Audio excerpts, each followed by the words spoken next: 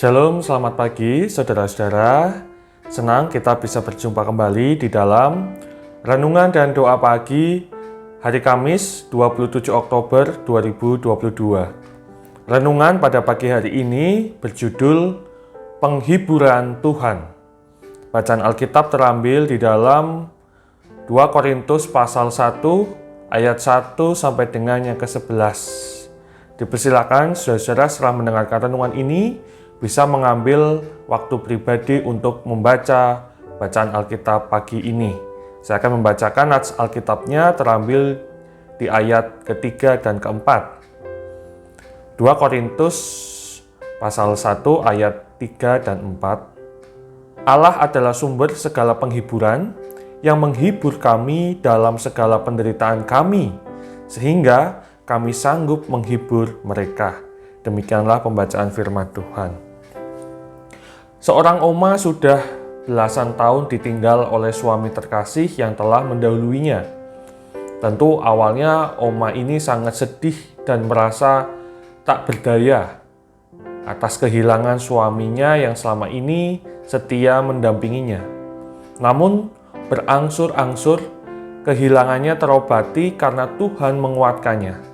Setiap pagi, oma ini rajin mendengarkan firman Tuhan melalui radio kesayangannya yang menemaninya dari pagi sampai malam. Oma pun tetap semangat mengikuti kegiatan di gereja setiap minggunya, khususnya dalam persekutuan lansia di gereja. Melalui persekutuan ini, Oma bisa memuji Tuhan dan mendengarkan firman Tuhan.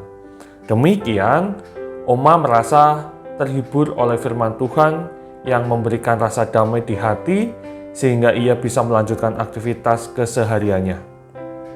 Saudara-saudara, firman Tuhan pagi ini berbicara tentang Rasul Paulus yang mengingatkan jemaat di Korintus bahwa Allah adalah sumber segala penghiburan yang menghibur umatnya ketika berada dalam segala penderitaan dan penganiayaan. Paulus sendiri membagikan pengalamannya sebagai pelayan dan pengikut Tuhan. Paulus pernah merasa berada di titik yang ia rasakan sangat berat dan menekan, sampai ia berkata di ayatnya ke-9, seolah-olah kami telah dijatuhi hukuman mati. Saudara-saudara, kita bersama dapat membayangkan betapa mudahnya bagi Paulus untuk memilih menyerah. Namun ia tidak menyerah. Paulus meyakini tidak ada masalah yang terlalu besar jika Tuhan bersamanya.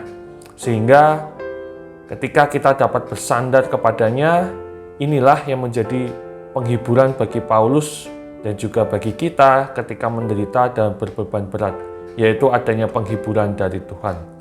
Saudara-saudara, firman Tuhan pagi ini mengingatkan kita bahwa penghiburan dari Tuhan selalu tersedia bagi kita yang mengalami kesusahan, penderitaan, dan berbeban berat. Penghiburan dari Tuhan itu bisa kita temukan, misalnya dalam kita berdoa, kita saat teduh, melalui kehadiran orang-orang di sekitar kita ataupun komunitas kita, yaitu seperti komunitas di gereja. Dengan penghiburan Tuhan ini, kita belajar untuk tidak menyerah dan terus menjadi orang-orang berpengharapan. Bahkan, penghiburan yang dari Tuhan bukanlah untuk disimpan kita sendiri, saudara-saudara, melainkan untuk dibagikan dan diteruskan kepada sesama kita yang membutuhkan. Karena itu Tuhan mau kita juga menghibur orang lain yang dalam kesusahan atau kedukaan. Supaya apa? Saudara-saudara kita pun juga mengalami manisnya sapaan Tuhan yang meneduhkan hati mereka yang sedang mengalami kesusahan. Mari kita menjadi penghibur karena kita juga sudah dihibur oleh Tuhan. Tuhan Yesus memberkati kita. Amin. Mari kita bersatu di dalam doa. Segala puji, hormat, dan syukur kami naikkan kepadamu, Bapa di dalam surga. Mengucap syukur atas perlindungan dan penyertaan Tuhan, Engkau bangunkan kami di pagi ini dengan kekuatan yang baru. Terlebih pagi ini kami boleh kembali merasakan sapaan Tuhan melalui firman Tuhan pagi ini. Kami diingatkan bahwa penghiburan Tuhan selalu tersedia bagi kami tak kala sedang bersusah dan berbeban berat. Penghiburan Tuhan bahkan memampukan kami untuk dapat juga menghibur sesama kami yang sedang berkesusahan, sehingga sesama kami pun juga dapat merasakan manisnya dan teduhnya sapaan Tuhan yang menguatkan.